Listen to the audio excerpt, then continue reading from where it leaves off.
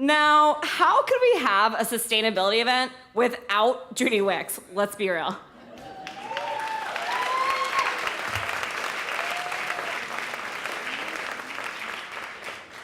For the very few people here who may not know her, she basically started the Philadelphia local food movement at the White Dog Cafe.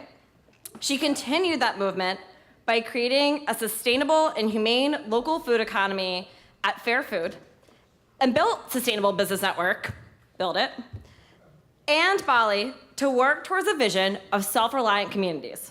She's kind of a big deal. Last year, we even honored her with a surprise Sustainable Pioneer Award. So tonight, we're very honored for her to present the final and a very special award. Judy, thank you for coming here.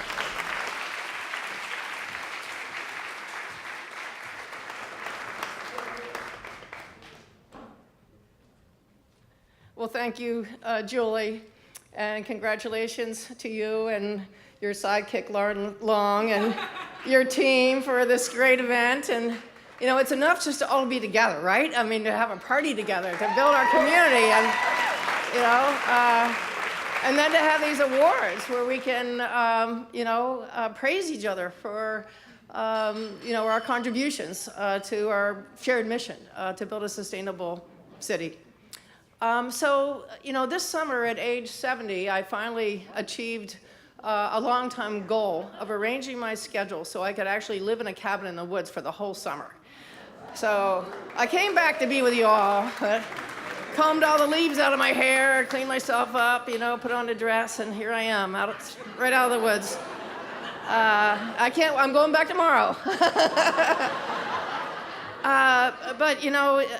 It's, being in the woods for the whole summer, I realized that I'm in this continual state of awe, at just the beauty and the magnificence of our natural world. I realized that 17 years ago, in this same woods, was when it finally dawned on me about the danger of climate change. We were having a drought in Pennsylvania, and as I walked through the woods that I loved, I saw the effect of the drought, on the woods, that the beautiful ferns on what I call Fern Hill had all dried up and were like brown tissue paper on the floor of the forest. And as I walked along, there was just an eerie silence. Not even the birds were singing. The stream was bone dry. There was just a feeling of the danger of fire was in the air. And it just got to me, and I felt the stress of the woods and realized that this is what's going on, that parts of the world are going to have droughts and fires, and other parts are going to have storms and floods. And of course, during these 17 years, that's exactly what's happened. So that's when I became a tree hugger. I went over to this big oak tree, and I put my arms around it and pressed my face against the bark and promised I would go back to Philadelphia and sign up for renewable energy. Which I did 17 years ago for my business and my home. I realized that I didn't figure this out in my head, what to do. I knew about climate change years before that. I knew about the opportunity for those of us who live in Pennsylvania to choose renewable energy as part of our PICO agreement, and yet I hadn't acted. So it wasn't in my head that I figured it out. It was in my heart. It was my love of the woods that got me to act. And now, 17 years later, I think about how little progress we've made, in challenging climate change. And I wonder why. And I know it has something to do with our hearts, because that's what moved me. I feel that we've numbed ourselves, that consumerism has numbed us to what's going on. But I also think it has to do with our worldview. And I remember a quote by a Native American chief, I think it was Chief Seattle, that said that man does not, the earth does not belong to man. Man belongs to the earth. And I think the difference in those two worldviews, that we own the earth, we can use it as we please, versus that we belong to the earth. We are part of the web of life, and we must protect and honor it. So this became more real to me when last fall I went to Standing Rock. And there I actually witnessed this kind of epic drama between these two worldviews. And I can remember when I arrived there, first seeing the militarized police.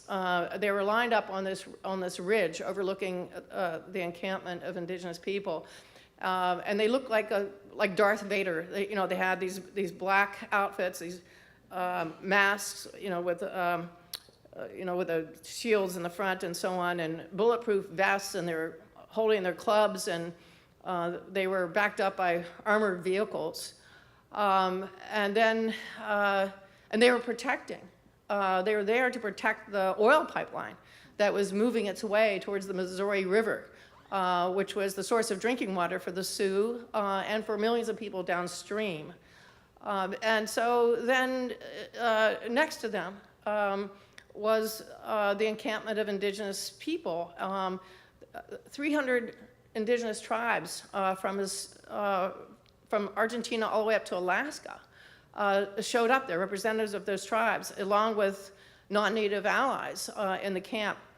And just being in that camp was like being in a different world, where there was that feeling of belonging to the web of life, of being connected to others, being connected to nature. Their sustainability wasn't just about the environment, it was social sustainability too, about a relationship with each other. And there was this magical flow of energy in the camp. Everything was shared.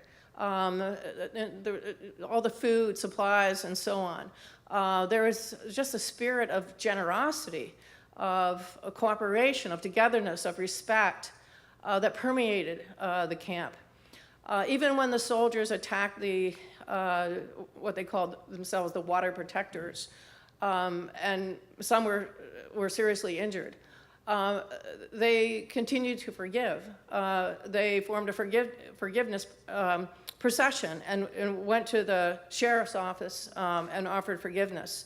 When the sheriff's office put an ad in the paper for all the supplies that the police department needed to continue protecting the pipeline construction people, they listed that they needed energy bars and milk and soda and hand warmers and all these things.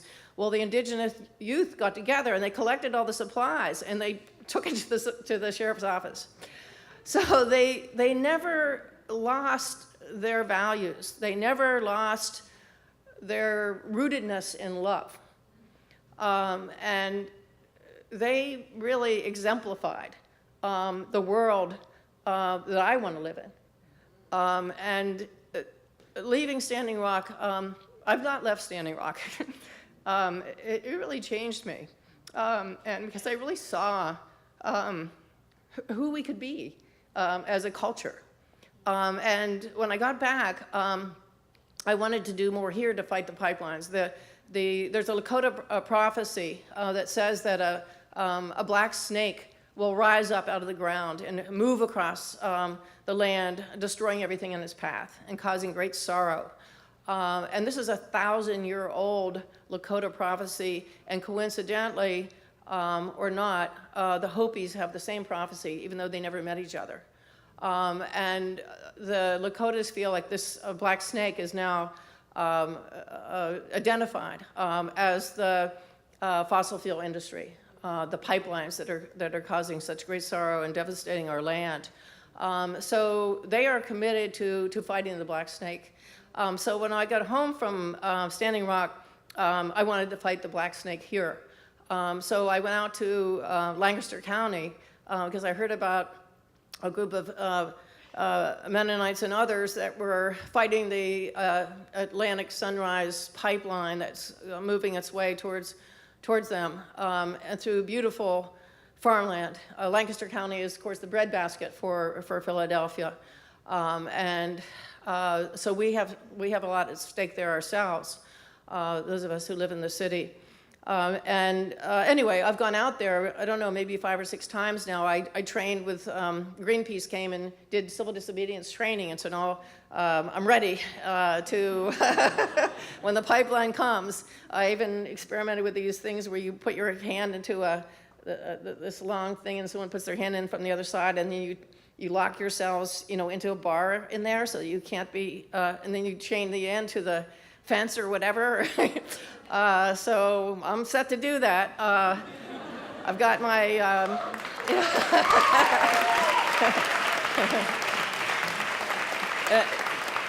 I hope you'll join me. We need more people out there. They don't have as many people in Lancaster County as we do in Philadelphia.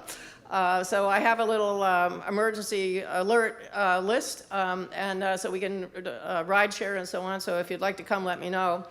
And then there's another pipeline. There's several pipelines that are near us. The Mariner East 2 pipeline that's coming through Delaware County and Chester County. The Middletown Coalition for Community Safety or something like that is fighting this because this is a liquid gas pipeline, highly, highly volatile. Coming right next to a school, right through their community. I mean, can you believe this? I mean, you can't. To me, it's just unbelievable that the law of eminent domain, which is supposed to seize property for the common good, is being used by corporations to seize precious land. People's beautiful trees are being cut down. These pipelines are going right through backyards, through forests, even nature preserves, through farmlands, because they have the power as corporations.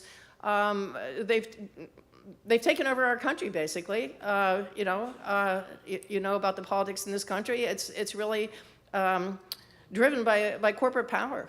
And in particular, the fossil fuel industry, which obviously controls our presidency.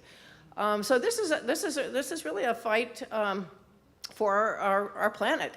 I read recently that there's studies are showing that there's only a 5% chance that we're going to make it, that we're going to be able to keep temperatures from rising no more than 2%. After 2%, we have catastrophic climate change. We need to all be together in fighting the black snake.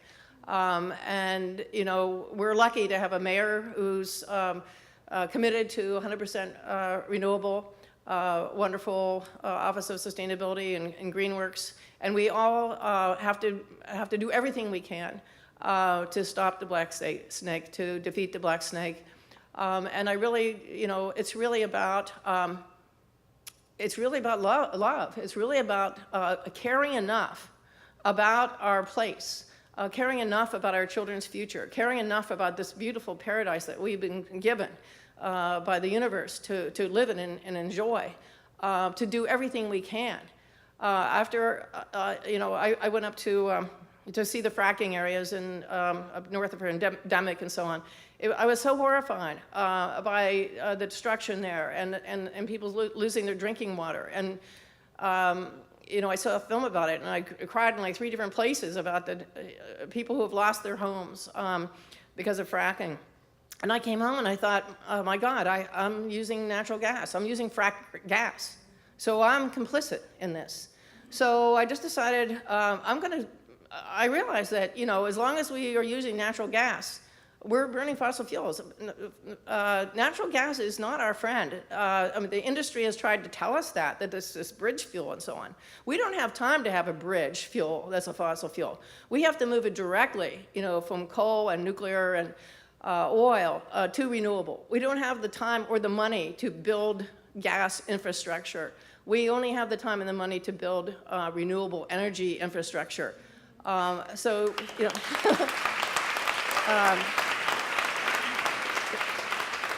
when it dawned on me that the only answer for us is to have all electric houses. That's the only answer. And have that electricity be produced by renewable sources.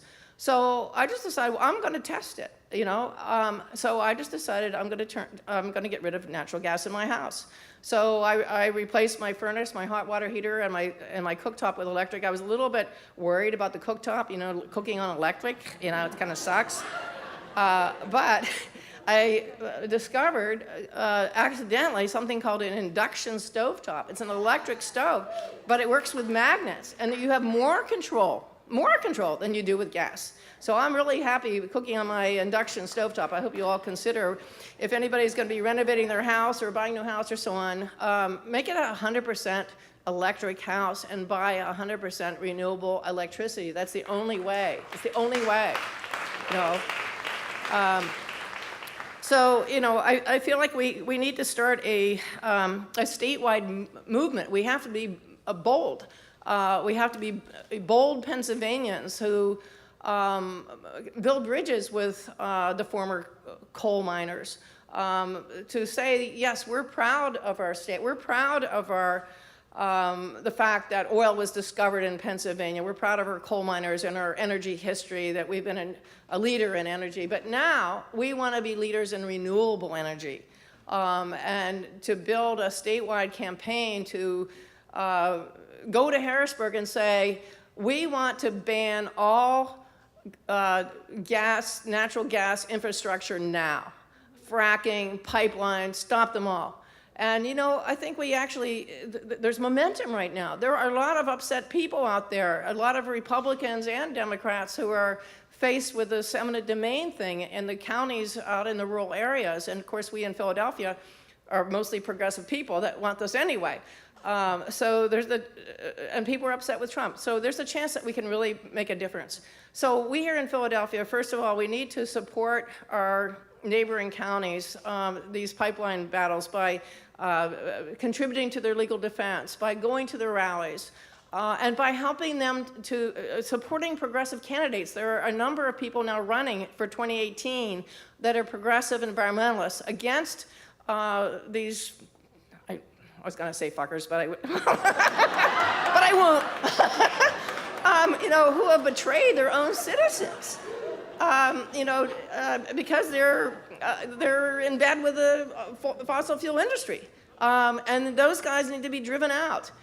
So we need to become knowledgeable. And Philadelphia is a progressive city. We know that the Democrats are going to get elected here and progressive people are going to get elected here. So why not put our time and money into the counties surrounding Philadelphia? And pay attention to those elections, the ones for state government as well as the U.S. Congress and so on.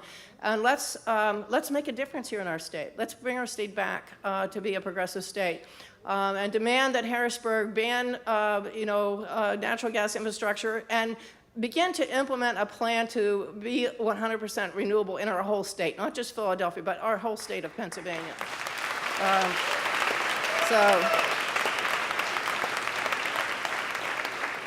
So, you know, I just feel that, you know, our power comes from protecting what we love. Our places, our children's future, our nature, all of life in our beautiful planet. And if we are going to succeed in leaving a sustainable future for our children, it's going to be because we as humans have finally found our place in the web of life, no longer as exploiters, but as lovers. So.